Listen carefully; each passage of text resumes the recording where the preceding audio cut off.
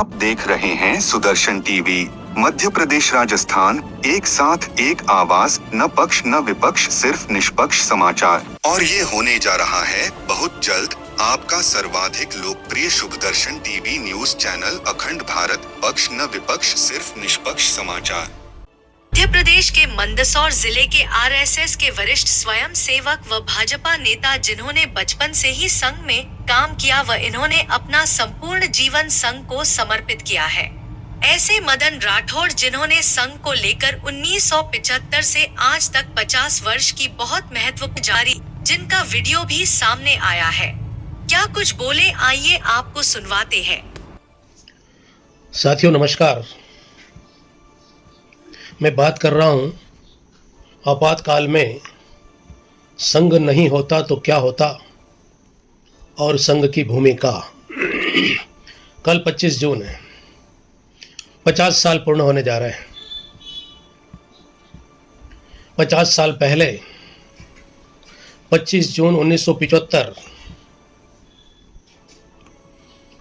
तत्कालीन प्रधानमंत्री इंदिरा गांधी द्वारा कानून को ताक में रखकर प्रजातंत्र की होली जलाकर प्रजातंत्र का गला घोट करके 25 जून 1975 को देश में आपातकाल लगा दिया।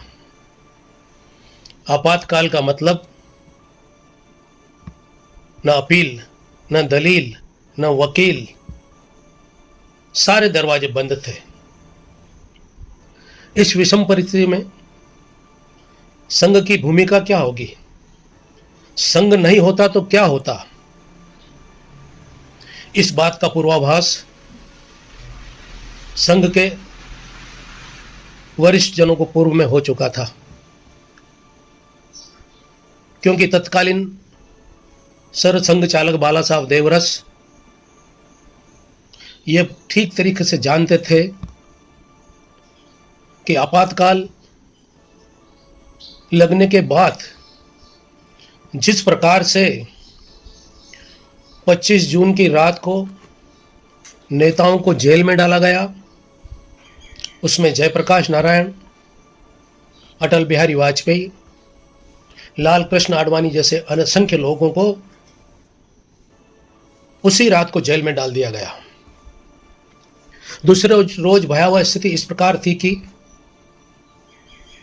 वरिष्ठ नेताओं के घर पर पुलिस का पहरा, संघ के कार्यालयों पर पुलिस का पहरा, संघ की गतिविधियों का पूरा ध्यान रखा जा रहा था। वरिष्ठ लोगों के परिवार में क्या हो रहा है इसका भी पूरा ध्यान प्रशासन रख रहा था। ऐसा आपातकाल जिसमें परिंदा भी पर नहीं मार सकता, जैसा कि मैंने पहले बताया कि संघ को पूर्वाभास हो चुका था। माननीय बाला साहब देवरस जी ने दूरदृष्टि को ध्यान रखते हुए इस आपातकाल से किस प्रकार निपटा जाए, इस आपातकाल का किस प्रकार से सामना किया जाए, इस बात को लेकर के उन्होंने विस्तृत कार्य योजना बनाई, जहां पर प्रजातंत्र का गला घोटा जा रहा था, जहां पर देश के गणमान्य नागरिकों को बाहर निकलने पर प्रतिबंध था। ऐसी परिस्थिति में माननीय बाला साहब देवरस जी ने 1500 प्रचारकों के साथ बैठकर कार्य योजना बनाई, और कार्य योजना दूरगामी कार्य योजना। उन्हें आभास था कि जिस संघ को कांग्रेस पानी पी पी करके उस पर कुठाराघात करती थी, निश्चित ही संघ पर भी प्रतिबंध लगेगा। इस कार्य योजना पूर्ण होने के बाद 30 जून 1975 को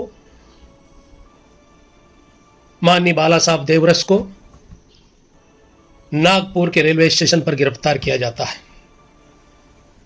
जैसा कि मैंने आपको कहा कि संघ पर भी प्रतिबंध लगेगा, 4 जुलाई 1975 को संघ पर प्रतिबंध लगा दिया गया। प्रतिबंध लगाने के बाद देश में लगभग 2,10,000 लोगों को गिरफ्तार किया गया। यह गिरफ्तार की श्रेणी 3 प्रकार की थी: संघ के समसेवक, राजनेता और अन्य प्रकार के लोग। मैं बताना चाहता हूं आपको इस वीडियो के माध्यम से, 1,40,000 लोगों को गिरफ्तार किया गया। 60-70 हजार अन्य लोग थे। उन 1,40,000 लोगों में से 1 लाख परिवार संघ परिवार था, जिस परिवार के मुखिया को जेल में डाल दिया गया। अब आप विचार करिए उस परिवार पर क्या संकट आया होगा। आपातकाल ऐसा कानून था कि दूर तक यह आभास नहीं हो रहा था कि यह कब आपातकाल समाप्त होगा। इसी को लेकर माननीय देवव्रत जी ने पहले उन 100 परिवार, जो 1 लाख परिवार हमारे थे, उन लाख परिवारों का संचालन, 1 लाख परिवारों की भोजन की व्यवस्था, 1 लाख परिवारों के बच्चों के पढ़ने की व्यवस्था, 1 लाख परिवारों के दवाई की व्यवस्था, उन परिवारों का संचालन कैसे किया जाए, इन सब कार्य योजनाओं का अलग अलग बंटवारा किया कि 1 लाख परिवारों के लिए कौन काम करेगा। क्योंकि आपातकाल में सामने आने का तो सवाल ही पैदा नहीं होता, लेकिन अंडरग्राउंड रह करके, परिवेश बदल करके, भाषा बदल करके उन 1 लाख परिवारों का संचालन करना, यह पहली प्राथमिकता थी। और भाइयों बहनों, मैं बताना चाहता हूं कि संघ ने उन परिवारों का संचालन के साथ साथ दूरगामी कार्य योजना बनाई कि इस आपातकाल से किस प्रकार से निपटा जाए। उसकी श्रेणियां तय की गई। पहले कौन गिरफ्तारी देगा, कहां पर गिरफ्तारी देगा, किस आधार पर गिरफ्तारी देगा। पहली गिरफ्तारियां इस प्रकार की गई, एक आदमी गिरफ्तारी देगा। दूसरी गिरफ्तारी समूह में रह करके इस आताताई सरकार के खिलाफ नारेबाजी करते हुए, पैम्पलेट बांटते हुए, ग्रुप के अंदर 8-10 कार्यकर्ता जुलूस निकालते हुए, भारत माता की जय का नारे लगाते हुए गिरफ्तारी देंगे। और वही हुआ। शने शने हम गिरफ्तारी देते रहे। थोड़े ही समय में संघ की कार्य योजना के अनुसार, संघ का कार्य का जो विभाजन है, उस कार्य विभाजन के अनुसार यह आंदोलन शहर से लेकर गांव तक पहुंच गया। सहजता से नहीं पहुंचा इस प्रकार संघ चालक से लेकर घटनाया तक हमारी व्यवस्था रहती थी।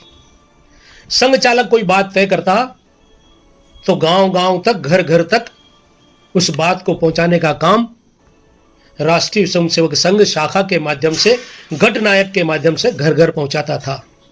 सरकार समझ नहीं पाई कि ये हो क्या रहा है, ये कैसे संचालित हो रहा है। साइक्लो स्टाइल से अखबार निकालना, साइक्लो स्टाइल से पत्र निकालना, उन पत्र को निर्धारित स्थान पर भेजना, उन पत्रों में जो बात कही गई उन बातों के आधार पर कार्य का संचालन करना, यह सहज काम नहीं था। इस काम को अगर कोई कर सकता है तो केवल संघ ही कर सकता है, और संघ ने करके दिखाया है। दूसरा पहलू, असंख्य लोगों के बंद होने के बाद जो इस निर्दयी सरकार ने जेल के अंदर लोगों के साथ जाति का दौर शुरू किया, उन्हें प्रताड़ना दी गई, उन्हें मारा गया, उनके ऊपर अत्याचार किए गए। क्यों किए गए? इसलिए किए गए, उनसे कहा गया कि तुम आपातकाल का समर्थन कर दो। साथियों, स्वयंसेवक उस मिट्टी का बना हुआ था। उसने कहा कि तन समर्पित, मन समर्पित और यह जीवन समर्पित, इस कल्पना के साथ हम काम करते हैं। हम कभी भी आपातकाल का समर्थन नहीं कर सकते। बाद में ज्यादती के कारण संघ के 100 कार्यकर्ता जेल के अंदर और बाहर आने के बाद काल के गाल में समा गए। उन्होंने अपनी जीवन लीला समाप्त कर दी। आप कल्पना कर लो, इस विषम परिस्थिति के बावजूद भी यह आंदोलन चलता रहा। और आंदोलन में 30,000 लोगों के ऊपर मीसा बनाया गया, मीसा कानून लागू किया गया। वह कानून ऐसा कानून है कि जिसमें कोई छूटने की संभावना नहीं है। साथियों, 30,000 लोगों में से मैं गर्व के साथ कह सकता हूं कि 25,000 कार्यकर्ता भारत मां के सपूत राष्ट्रीय स्वयंसेवक संघ के वरिष्ठ कार्यकर्ता थे। ऐसी विषम परिस्थिति में संघ नहीं होता तो क्या होता? संघ नहीं होता तो विरोधी संगठित नहीं हो सकते थे। संघ नहीं होता तो लोकतंत्र के वापसी की संभावना क्षीण थी। संघ नहीं होता तो बुद्धिजीवियों और छात्रों में यह भावना नहीं पहुंचाई जा सकती थी। संघ नहीं होता तो कई नेता, कई वरिष्ठ लोग मैदान में नहीं आते। संघ नहीं होता, असंख्य लोग, 100 कार्यकर्ता तो ज्यादती के कारण मरे, लेकिन असंख्य लोग भूख के कारण, अव्यवस्था के कारण अपनी जीवन लीला समाप्त कर देते। इसलिए कहा गया है कि विषम परिस्थिति में भी जब राष्ट्र खतरे में हो तो मौन रहना पाप है। संघ ने मौन तोड़ करके तेरा वैभव अमर रहे मां, हम दिन 4 रहे न रहें, इन पंक्तियों को आत्मसात करते हुए इस आंदोलन को आगे बढ़ाने में भूमिका निभाई है। साथियों, आपातकाल की गाथा बहुत लंबी है, लेकिन मैंने कुछ बिंदु आपको बताने का प्रयास किया है। जिन बिंदुओं पर अगर आप विचार करेंगे तो आपको लगेगा ऐसे रण बाकुर भी हुए हैं जिन्होंने आपातकाल का सामना हंसते हुए किया। एक बात और बता देना चाहता हूं, आपातकाल केवल बाहर ही नहीं था, जेल में भी आपातकाल था। जेल में भी आपातकाल था। जो लोग जेल में बंद थे, जो अपराधी जेल में बंद थे, वो नरक की जिंदगी जी रहे थे। वही नरक की जिंदगी जिलाने के लिए जो लोग उनके साथ बंद हुए थे, संघ के और अन्य नेता, उनके साथ भी उसी प्रकार का व्यवहार किया जा रहा था। मैं बताना चाहता हूं, बाहर भी आंदोलन किया, अंडरग्राउंड भी आंदोलन किया, लेकिन जेल में रह कर भी, वहां पर भी हमने कहा कि जेल से अंदर और कौन सी जेल हो सकती है। वहां पर भी व्यवस्था सुधारने के लिए हमने आंदोलन किया और जेल में भी आमरण अनशन किया। यह है राष्ट्रीय स्वयंसेवक संघ। जेल की व्यवस्था में परिवर्तन उसी समय से हुआ है। जेल के भोजन के मेनू में परिवर्तन उसी समय से हुआ है। जेल में पंखे की व्यवस्था उसी समय से लगना प्रारंभ हुई है। साथियों, बताने को बहुत कुछ है, लेकिन संघ की मैंने भूमिका का बात की है, और संघ नहीं होता तो क्या होता, ये बात बताने का मैंने प्रयास किया है। इस अवसर पर मैं उन 100 परिवारों को, जिन परिवारों ने आपातकाल में आहुति दी है, उनको श्रद्धा सुमन अर्पित करता हूं।